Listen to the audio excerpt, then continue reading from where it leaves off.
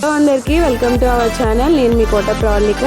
మా పెద్దోడు స్కూల్ నుంచి రాగానే మమ్మీ ఫ్రెంచ్ ఫ్రైస్ కావాలి అన్నాడండి.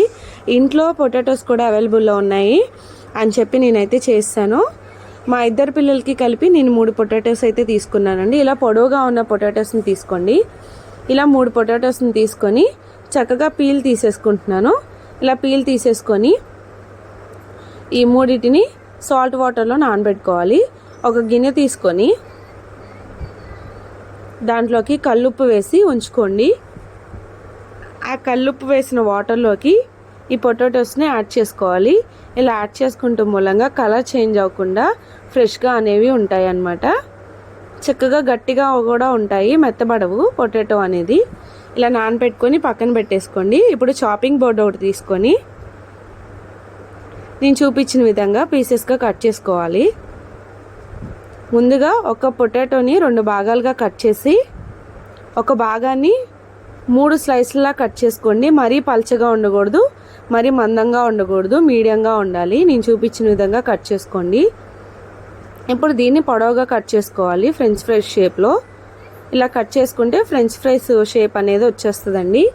చాలా సింపుల్ అండ్ ఈజీ అండి. నేను చెప్పిన టిప్ ఫాలో అవుతూ చేస్తే మనం బయట ఆర్డర్ పెట్టుకొని తెచ్చుకున్న ఫ్రెంచ్ ఫ్రైస్ లాగే వస్తాయి. ఇలాగా పొడవుగా కట్ చేసుకొని సాల్ట్ వాటర్లో మనం వీటిని మళ్ళీ నానబెట్టుకోవాలి.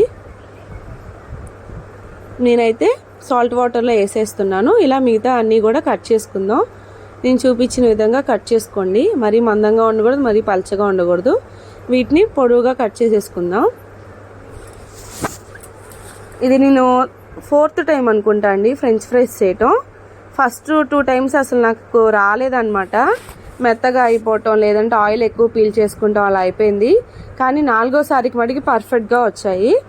ఇలాగా సాల్ట్ వాటర్లో నానబెట్టుకున్న తర్వాత ఒక ఐస్ గడ్డ వేసేసి ఒక 5 నిమిషాల పాటు నానబెట్టిన తర్వాత వాటర్ అంతా స్క్వీజ్ చేసి వేరే గిన్నెలోకి ట్రాన్స్ఫర్ చేసుకొని ఒక 4 స్పూన్లు కార్న్ఫ్లోర్ అనేది యాడ్ చేసుకోండి. యాడ్ చేసుకొని చేతితో మిక్స్ చేసేసుకొని ఇప్పుడు ఒక ప్లేట్ కానీ లేదా చాపింగ్ బోర్డు కానీ తీసుకొని కార్న్ఫ్లోర్ వేసి నానబెట్టిన బంగాళదుంప ముక్కల్ని ఇలాగ టిష్యూ పైన పరుచుకొని ఎక్కడ తడి లేకుండా టిష్యూ మీద ఇలా పరుచుకున్న తర్వాత ఇంకో 3-4 టిష్యూస్ని తీసుకొని ఇలాగ ఫ్రెంచ్ ఫ్రైస్ పైన వేసి ఎక్కడ తడి లేకుండా చక్కగా అద్దేసేయండి. నేను కావాలనే స్పీడ్ మోడ్లో పెట్టానండి, ఎక్కువ లెంతీ అవ్వకుండా. ఇలాగ మళ్ళీ గిన్నెలోకి ట్రాన్స్ఫర్ చేసుకొని ఇంకా ఏమైనా తడి అనిపిస్తే టిష్యూతో తుడిచేసుకొని ఇంకో 2 స్పూన్లు కార్న్ఫ్లోర్ వేసి ఇలా గిన్నెని పైకి ఇలా అనేస్తే మొత్తం ఈవెన్గా స్ప్రెడ్ అయిపోయింది. ఇప్పుడు డీప్ ఫ్రైకి సరిపడా ఆయిల్ని పెట్టేసి ఆయిల్ హీట్ అయిన తర్వాత మీడియం ఫ్లేమ్లోనే మంటను పెట్టుకొని మీడియం ఫ్లేమ్లోనే ఈ ఫ్రెంచ్ ఫ్రైస్ అనేది వేయించేసుకోండి. వేయంగానే గరిటె పెట్టి తిప్పేయద్దు. మనం కట్ చేసుకున్న పొటాటోస్ అన్నిటిని ఒకసారి వేయద్దు, 2 భాగాలుగా వేయించుకుందాము. ఇలా మంచిగా సగం వేసుకొని సగం పక్కన పెట్టుకోండి. ఇలాగ 2 నిమిషాలు ఆగిన తర్వాత గరిటె పెట్టి చక్కగా 2 పక్కల మంచి గోల్డ్ కలర్ వచ్చే వరకు వేయించేసుకుందాము.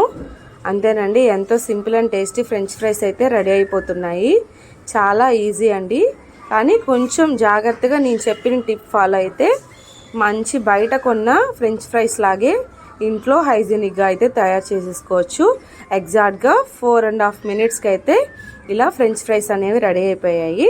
దీన్ని ఒక టిష్యూ పేపర్లోకి తీసేసుకుంటే ఎక్సెస్ ఆయిల్ ఏమైనా ఉన్నా పీల్ చేసుకొని మంచిగా పొడి పొల్లాడితే దీన్ని ఒక గిన్నెలోకి తీసుకొని కొంచెం పెరి లైట్గా సాల్ట్ అనేది యాడ్ చేసుకొని మా పిల్లోడికి స్నాక్స్గా పెట్టేస్తున్నాను బాక్స్లో. వాడు ట్యూషన్కి ఇలా పెట్టేసి ఇచ్చేస్తే తినేస్తాడండి.